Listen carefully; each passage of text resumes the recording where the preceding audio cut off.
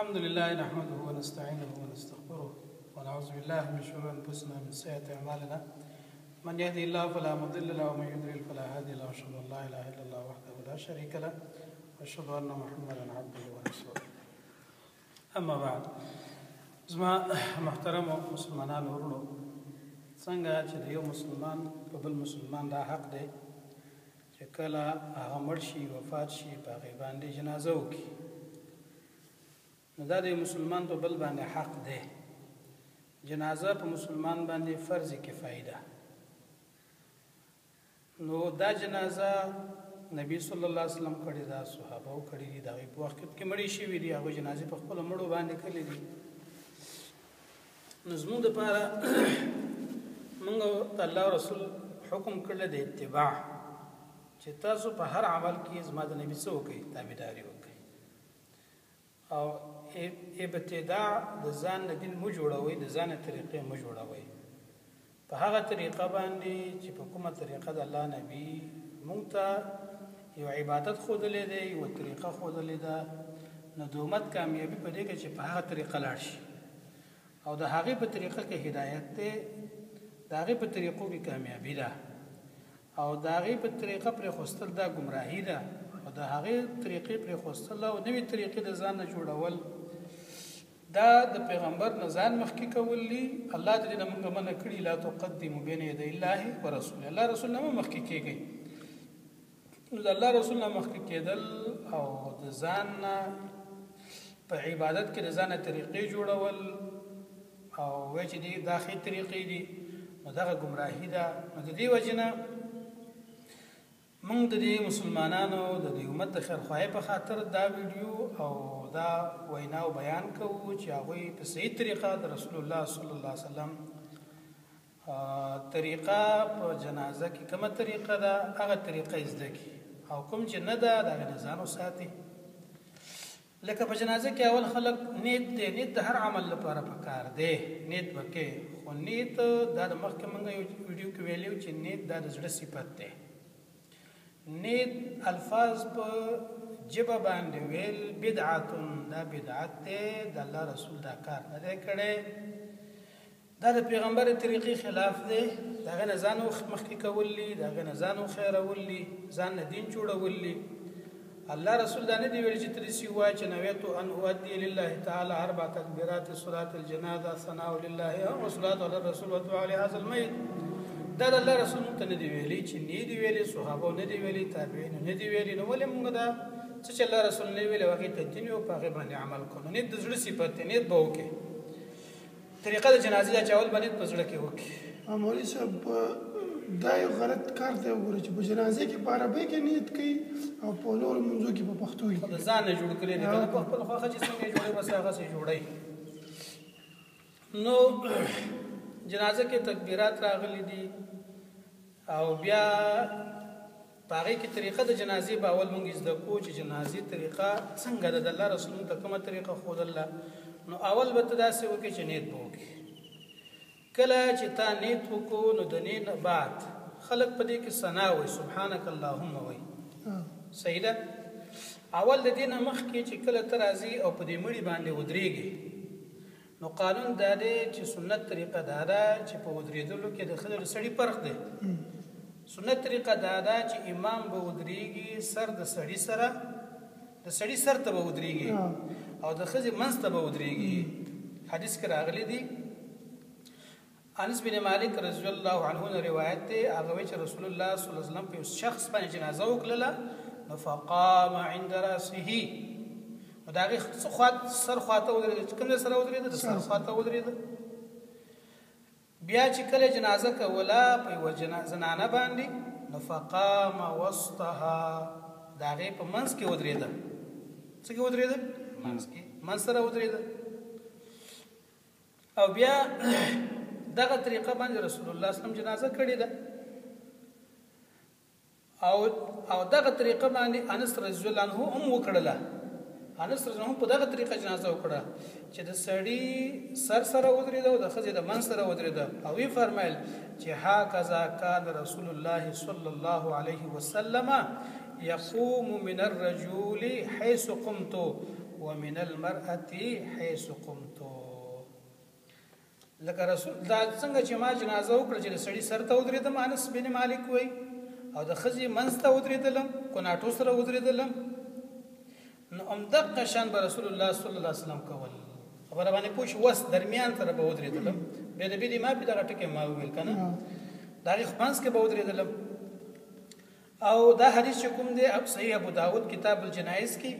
باب این یقوم الامام من المیت اذا صلى علیه، دې کې دا راغلی، ترمذی کې هم راغلی، په ابن ماجه کې هم دا روایت راغلی دی. نو حدیثو کې د ښځې سړي فرق راغلی. بل حدیث د سمره بن جندب رضی الله عنه هم روایت دی، هغه هم دا وایي چې رسول الله صلی الله علیه وسلم د یو جنازې د زنانه کې ولیدو چې په حالت د نفاس کې د زنانه مړه شوې وه، نو فقام وسطها، رسول الله د هغې درمیان سره ودرېده. خبره باندې پوه شولو؟ نو دا طریقه شروع ده چې کله ودرېدلې نو تکبیرات، 4 تکبیرات هم راغلي، 5 تکبیرات هم راغلي دي، تر 9 پورې تکبیرات راغلي دي، خو لکن عام مشهور 4 تکبیرات کېږي، 4 تکبیرات کېږي. چې کله تکبیر دی اول تکبیر الله اکبر، نو د اول تکبیر نه بعد سړی به څه کوي؟ ثنا. بعضې خلک کوي نو ثنا په حدیثو کې سبحانک اللهم وبحمدک وتبارک اسمک وتعالی جدک، دا په حدیثو کې نشته، په جنازه کې څه شی نشته دی؟ ثنا نشته. سبحانک اللهم بل ډایرکټ څه شی دی؟ په حدیثو کې قرات راغلی، فاتحه به ووایي چې اول تکبیر نه بعد فاتحه به ووایي، ثنا نشته، دا خلک ثنا وایي سبحانک اللهم، او چې فاتحه شته فاتحه خپل امام هغه نه وایي. بیا وایي چې زموږ د امام کوم قول د حدیث موږ به د عایشه بسې. نو اوس حدیث کې دا راغلی چې لا صلاة لمن لم یقرأ بفاتحة الکتاب، یو دا حدیث په دلیل دی چې دا هغه سړی مونږ نه کې چې فاتحه پکې ونه وایي. او عبدالله بن عباس ته روایت دی چې فقرأ الفاتحه، هغې په خپله یوه جنازه وکړه، په فاتحه پکې ولوستله، او خلکو ته یې وویل چې لتعلموا انه من السنه، دا فاتحه لوستل مړي باندې دا څه شی دی؟ سنت دی. شابسي بخاري کتاب الجنائز دا پکې راغلی چې باب قرات الفاتحه الكتاب على الجنازه. ابو داود کې دا حدیث دی 1398 حدیث، ترمذی 1028 حدیث، او نسائی کې 988 حدیث راغلی، او د بخاری 1415 نمبر حدیث دی. صحیح شو؟ فاتحه به وایي، د فاتحې نه بعد څه به ورسره وایي؟ یو سورت به ورسره وایي. څه به ورسره وایي؟ سورت به ورسره وایي. او په دې کې کو څه کوي؟ کو دې کې جنازه په جهر باندې کوي، پوچت اواز سره کوي، او کو جنازه په خفیه باندې کې دواړه جایز دي، په جهر باندې هم کول او په خفیه باندې دواړه جایز دي. او دویم حدیث د فاتحې دا دی چې ابو امامه بن سهل نه روایت دی چې السنة فی الصلاة علی الجنازه ان یقرأ فی تکبیرة الاولى بأم القرآن. هغه وایي چې سنت په منځ د جنازه کې څه شی دی؟ چې سړی څه شی وایي؟ په تکبیر اوله کې فاتحه د کتاب وایي. دا حدیث په صحیح الاحکام الجنائز نسائی اول جلد 281 کتاب الجنائز باب الدعاء کې دا راوړی. ابن حزم رحمه الله هم دا راوړی دا حدیث چې دا سنت دی. نو د دې نه بعد چې فاتحه تا ویله او سورت دې ورسره ویله، نو دې نه بعد څه شی درود ویل راغلی. څه ویل راغلی دي؟ درود. نو درود کوم درود راغلی چې کوم درود رسول الله صلی الله علیه وسلم ښودلی چې اللهم صل علی محمد وعلى آل محمد كما صليت على ابراهيم وعلى آل ابراهيم انك حميد مجيد. غوره درود دا دی. خلکو دا درود جوړ کړی کما صلیت وسلمت وبارکت ورحمت وترحمت، دا ځانه جوړ کړی دی. ولا لکه کوم درود چې د الله رسول مونږ ته ښودلی هغه درود ول نه وي. رسول الله نه خوښ، د پیغمبر طریقه نه ده خوښه، د هغې لاره نه ده خوښه. نو څه به ووایي؟ درود به ووایي. درود نه بعد به دریم تکبیر وکړي، الله اکبر. نو دریم تکبیر چې وکړي کې به ډېرې دعاګانې راغلي دي. بیا چې ډېر دعاګانې چې اللهم اغفر له وارحمه وعافه واعف عنه واكرم نزله ووسع مدخله واغسله بالماء والثلج والبرد ونقه من الخطايا كما نقيت الثوب الابيض من الدنس وابدله دارا خيرا من داره واهلا خيرا من اهله وزوجا خيرا من زوجه وادخله الجنه واعذه من عذاب القبر وعذاب او اللهم اغفر لحينا وميتنا وشاهدنا وغائبنا وصغيرنا وكبيرنا وذكرنا وانسانا اللهم من احييته منا فاحيه على الاسلام ومن توفيته منا فتوفه على الايمان اللهم لا تحرمنا اجره ولا تضلنا بعده. دا دعاګانې دي. نور دعاګانې دا راغلي اللهم ان فلان بن فلان في ذمتك وحبل جوارك فقه من فتنه القبر وعذاب النار وانت اهل الوفاء والحق فاغفر له وارحمه انك انت الغفور الرحيم. دا دعاګانې راغلي دي. به څلورم تکبیر او څلورم تکبیر نه بعد سلام واړه او سلام غوړو طرف ته اړه کوي طرف ته اړه او باقي په دې تکبیرونو کې د لاسونه پورته کول چې کوم د لاسونه احناف علما وی لاسونه یو ځل پورته شو دوباره به نه پورته کوي. لیکن عبد الله بن عمر نه رفع الیدین نقل په هر تکبیر کې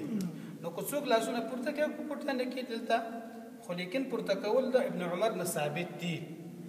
نو کو څوک چې کوم سید کو څوک چې نه کوم سید نو بس دا طریقه لنډه د جنازې شو. چاول باندې ته کې پزړه سره به اول تکبیر وکي الله اکبر سوره فاتحه به ولولي سنا نشته سوره فاتحه به ولولي به سوره سوره ولولي به دیم تکبیر وکي الله اکبر په دیم تکبیر کې بعد اللهم صل علی محمد رود به وي به دریم تکبیر کې اللهم اغفر لي حينا نور دعاګانې به وي.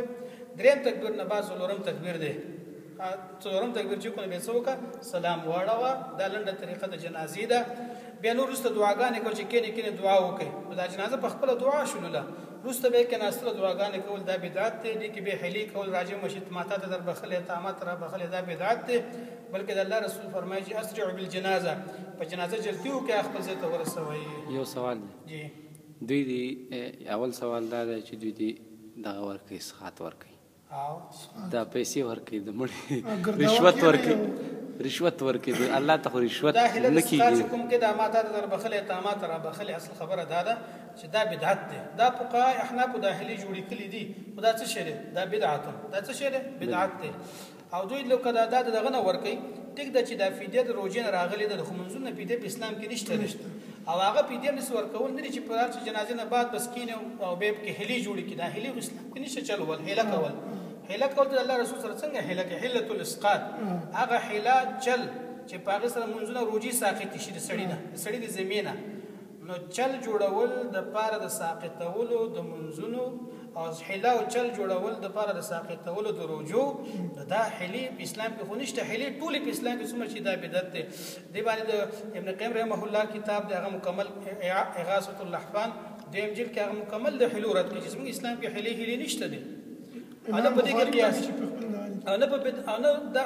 ګوره ټیک د پروژو کې چې روجي د نه پاتې شو شریعت سوی چې د روجه ونیسه ورسې د روجه ونیسي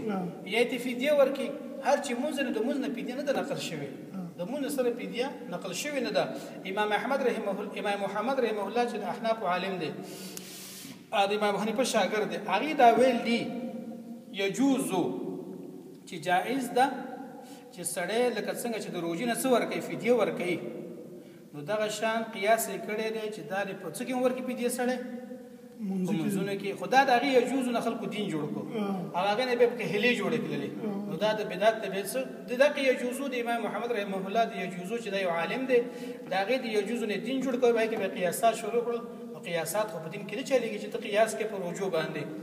الکه پر وجوب باندې به قیاس خو د الله رسول نه دی ویلي چې تا نه مونږ لړ ته پیډیا ورکنه د مونږ به قضا کې او بقای پیډیا ورکول دانش د روزي نه پیډیا راغله نو د الله رسول نه څوک خیر کېدل نه شي او څوک به قیاس کنه قیاس په عبادتو کې چلیږي نه